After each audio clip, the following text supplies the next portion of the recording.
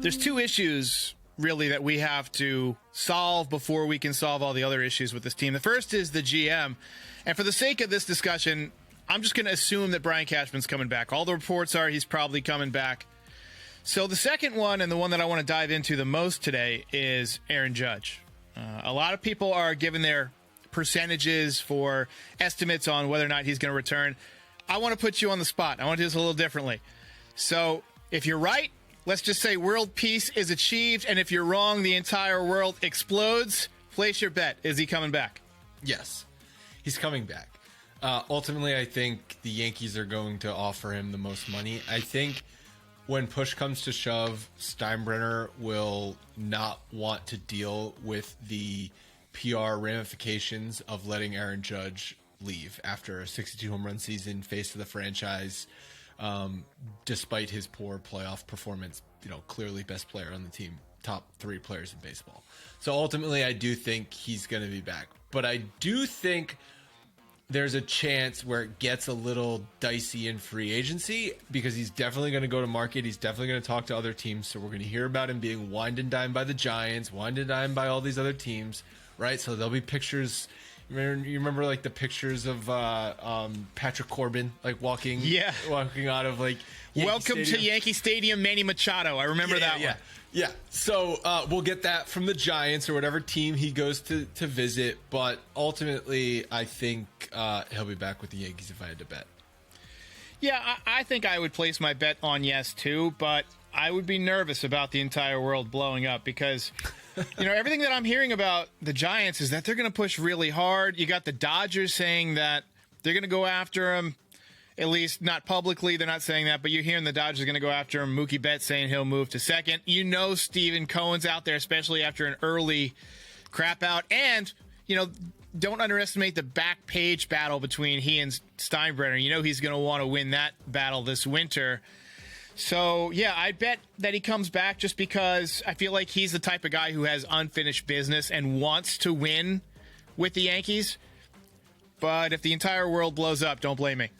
So I have a suspicion the Red Sox are also going to be in on Judge because I don't think they're going to re-sign Bogarts, and I think that they will be in the Judge conversation, especially because their outfield was a kind of a disaster this year. So I don't think he would sign with the Red Sox. I don't think the Red Sox ultimately are going to be one of the finalists for him. But the Red Sox name will be included, and it's not just going to be because, they're the Red Sox, they're a big market team. I do think they, will have some role here. It's interesting. You see Red Sox come to the Yankees occasionally. Clemens did it with a stop off in Toronto in between. Wade Boggs did it. A number of guys have done it. But you rarely see Yankees go to Boston. Mike Stanley is pretty much the only one I can think of in the 90s. I don't know if that's before your time or not, but I think it was after the 95 season. David Cohn, but he was 4-14 the year before, so it was kind of like, yeah, take him. Didn't Wells do it too at the very end, or no? I think maybe at the end. Yeah, I think once you see a lot of guys like that are hanging on and just trying to find that last closest? job. Bernie was the closest. Yes, the 98. Red Sox had a legit offer to Bernie. And I think he was going to take it, and then obviously Steinbrenner was like, no, this isn't happening. Yeah, it was actually, he had a higher offer from Arizona than either Boston or the Yankees. You remember the first manager that Arizona had was Buck Showalter. Showalter, yeah. Yeah, and so he was heavily involved in recruiting Bernie, and Bernie met with them. He got a 7-year, $100 million offer from Arizona, and I think Boston was in at like 7 and 90 something, and then he took the third highest offer to stay with the Yankees, 7 for 87. So let me say this: I do not think Aaron Judge will take the third highest offer. I don't think so either.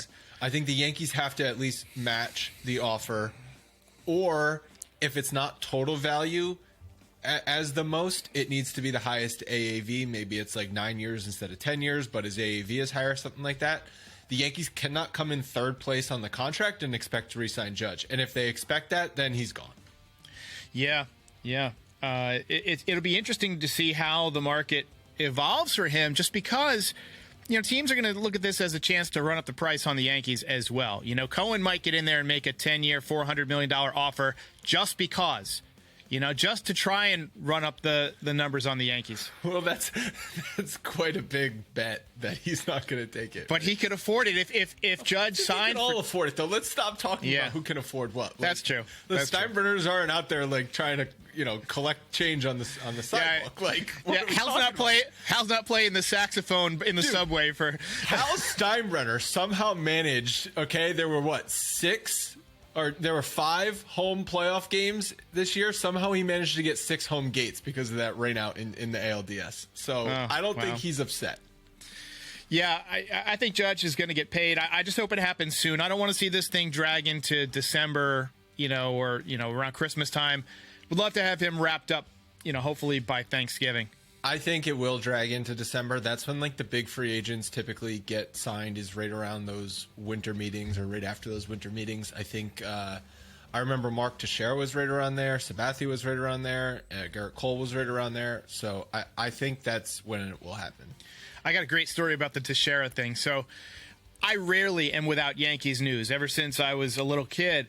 And I had bought my house that day. And so I was without TV, without internet. It was December 22nd, 2008.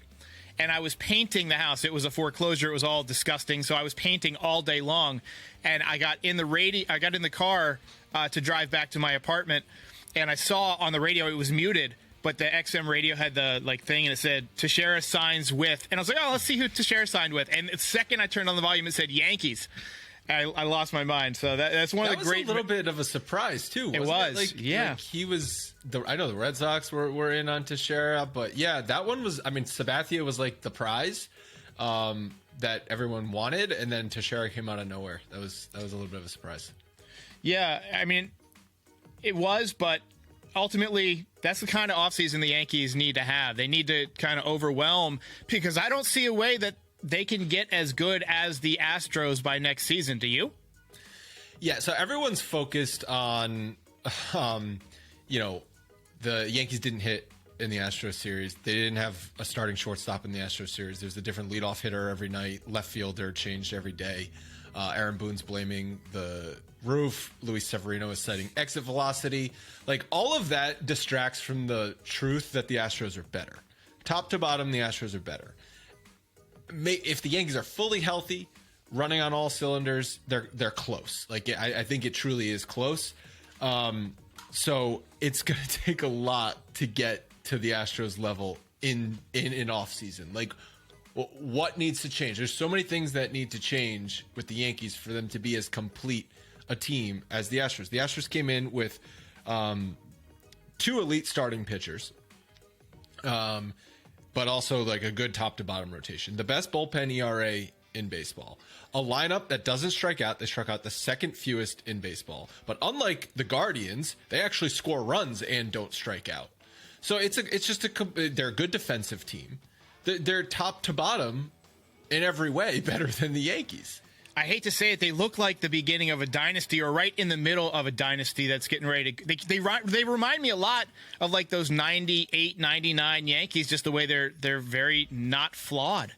They've also been in the ALCS for the last 6 years now. This is their 4th trip to the World Series. I know they lost a bunch of them, and the one that they won was cheating. So okay, but you want to throw out the 17, 18, 19 because they were cheating? I agree, but also they're still winning. They're still winning. And it's amazing they can let guys like Springer and Correa go still be tremendous. And to me, that's the difference between the Yankees organization and the Astros organization. Whatever the Astros are doing to build these young players, the Yankees need to get on board with that, which makes me wonder if the right move for the Yankees this offseason isn't to go out and spend. Maybe shore up the bullpen or shore up a couple of spots, but maybe you go with the younger guys next year. Peraza at short, maybe you deal Glaber to try and get some young prospects, refill the coffers a little bit, go with Volpe. I mean, you might not win next year, but in a couple of years, these guys could be those young, talented hitters that, are more aligned with what Houston has. There's a lot of money coming off the Yankees' books in the next 2 years. I think after 2024, assuming they don't re-sign anyone, they're at $105 million payroll. Okay, so basically half of what they currently are. So they have the money. They have the, what does Cashman like to call it, the the financial flexibility or whatever, or like whatever freaking term he's a cyborg he likes to use. They've got the flexibility there. That's one of the reasons they were okay bringing Donaldson over, because it's like an expiring contract. Like, oh, suddenly we're in the NBA. And so like there's a lot of money coming off the books. If the Yankees have a quiet offseason this year, you thought that there was negativity. Andy Martino just reported some negativity. You thought it was negative after getting swept by the Astros. You have a quiet offseason. I mean, it's going to be hell. Well, we thought last year was going to be a crazy offseason. Obviously, the lockout affected things, but once the lockout ended, we kind of expected the Yankees to hit the ground running. And the weird move for Donaldson and IKF, I still can't wrap my mind around that one exactly. I guess the defense did get better. I think they were counting on more out of IKF, but still didn't seem like the move they needed to make. And I just don't know if the moves are out there this year that can really put them over the top. Yeah, I mean, if you're making emotional decisions on the playoffs, it's like, what is Josh Donaldson? Like, yeah, I understand he's making a lot of money next year, but what value is he bringing? He didn't hit like we thought he was going to hit. He played good defense, but you can get good defense from other places, especially if DJ LeMahieu is going to be healthy. Like, at least Glaber had a solid season at second. You could put DJ at third base, and then you absolutely have to figure out the shortstop situation. IKF will be on the team, but he should not be the everyday starting shortstop. Agreed. He was not good enough defensively to do that. He certainly wasn't good enough offensively to hide his defensive issues. I was really pissed in the playoffs when after 2 days after benching IKF and they finally start Peraza, they only did it for 1 day. What's the point of that? Right. Are you trying to light a fire in your team? Okay, so you're going to do it for 1 day and then backtrack on it? You come back home for game 3 and IKF is back out there? Like who's making these decisions? What is the rationale here?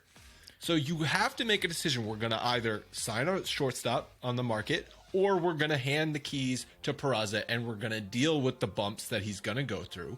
But he's going to have to grow into a starting shortstop.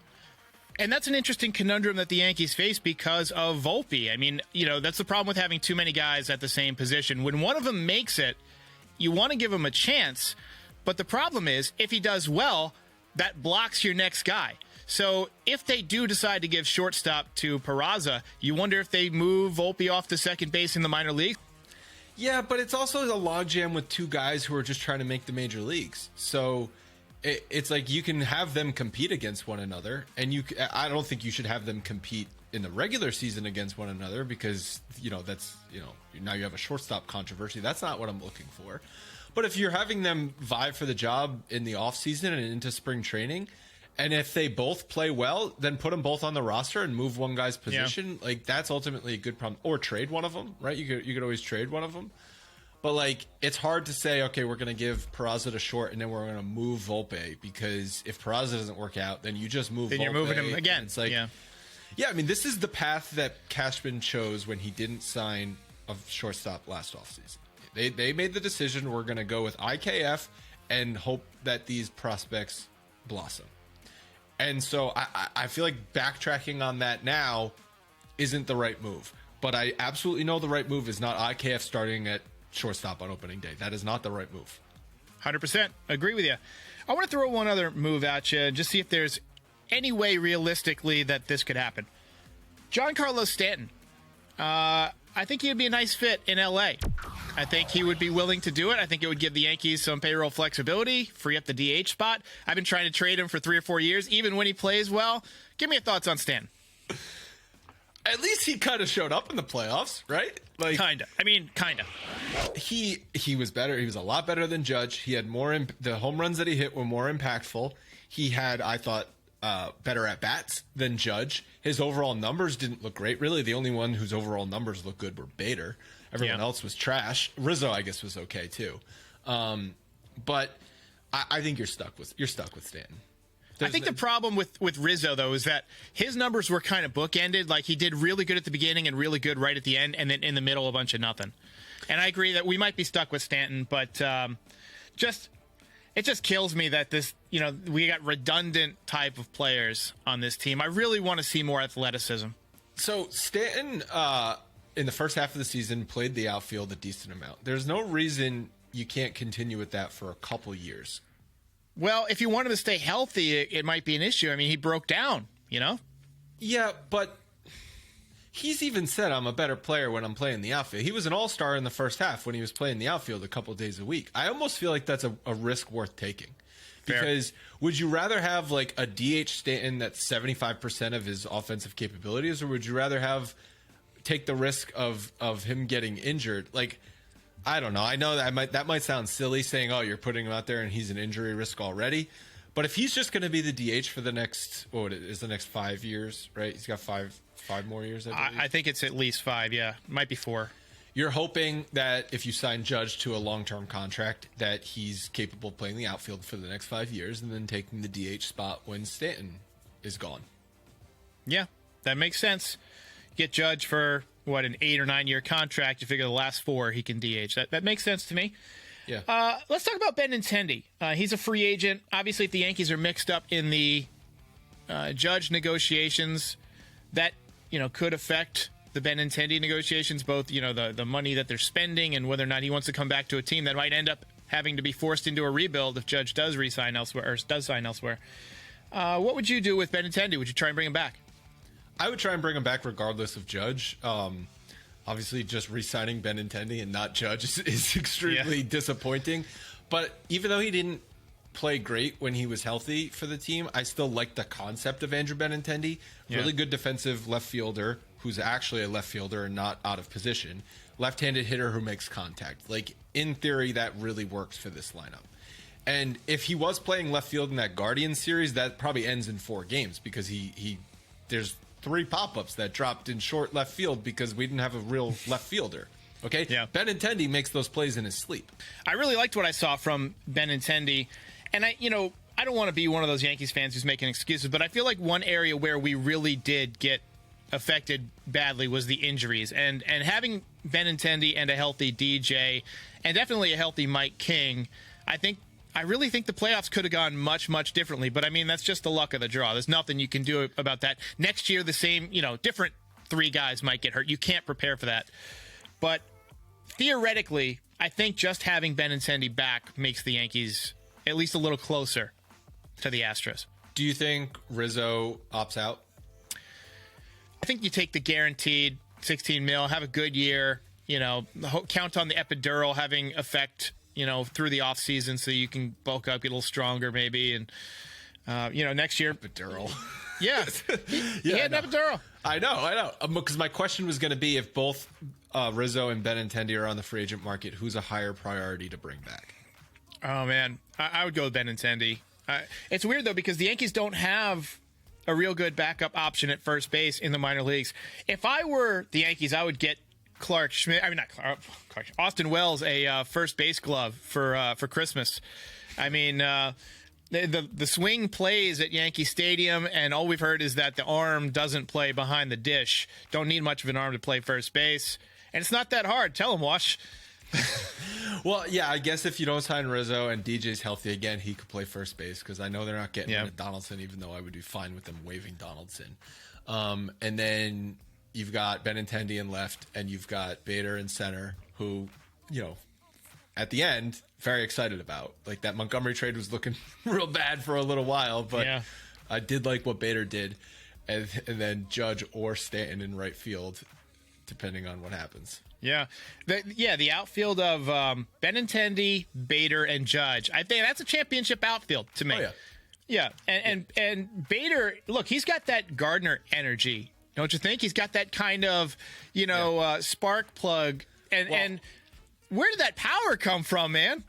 You know what I was disappointed about? So before the playoffs, we did awards, and I gave Harrison Bader the award for most likely to be a hardo and wear short sleeves when it was cold outside, like Brett Gardner. Yeah. And he wore long sleeves. So that's the only part of Bader's postseason I was disappointed about. I thought, he's a Bronxville guy. He'd brave the elements. Yeah, I don't know where the power came from. It's just like anything else in these playoffs, which I hate. It's just like, oh, who's hot at the right time? Who's swinging a hot bat at the right time? And he was swinging a hot bat. And he led the team in every offensive category. Yeah. Well, overall, what are your final thoughts on the offseason? Who's kind of the main guy you're looking to outside of, Yankees signing Judge or re-signing their own players, who's somebody you think they should bring in? I haven't closely looked at the free agent list, so I don't have a specific name for you. I think their biggest positions of need are shortstop and third base. I understand they have both of those positions, but we saw the failures of the left side of the infield in really the entire second half of the season. IKF, whether or not he should be playing, wasn't just a conversation in the playoffs. It was a conversation pretty much after the All-Star break. Right. So that was going on for a while. So those are the two positions that need to be addressed. If everything else on the team stayed the same, I have at least confidence when healthy. The rest of the team is good enough if those two positions are better next year. We didn't talk about the bullpen. That's another thing. They had health issues in the bullpen. Even though some names were there, King wasn't there. Clay Holmes clearly was not 100%. Marinaccio wasn't there. Wandy was fantastic, but he was used, I think, every day in the playoffs. So Efros was out, yeah. Efros was out. So the bullpen also had missing pieces. The starting rotation pitched well enough to win games. Could it be better? Sure. Should Garrett Cole not give up a home run to the number 9 hitter? Yeah. So everyone could be better, but I wouldn't say it's the problem on the team. The problem was the left side of the infield. Fair. That's fair. I just can't imagine Josh Donaldson coming back, even with the money. The fans dislike him so much. But, the fact that I can't imagine it, it's probably just exactly the move the Yankees will do, bring him back. But, Andrew, I appreciate you. Everybody check out Bronx Pinstripes. You're probably familiar with the audio podcast, but they actually have a YouTube channel as well, part of the Blue Wire Podcast Network. That's the same podcast network that brought in NYY Recaps recently. So looking forward to working with Andrew and the folks over at Bronx Pinstripes a lot more in the future. Appreciate it. Had a good time talking postseason, and I'm sure we'll chat again at some point. Anytime, Derek. Thanks for having me on.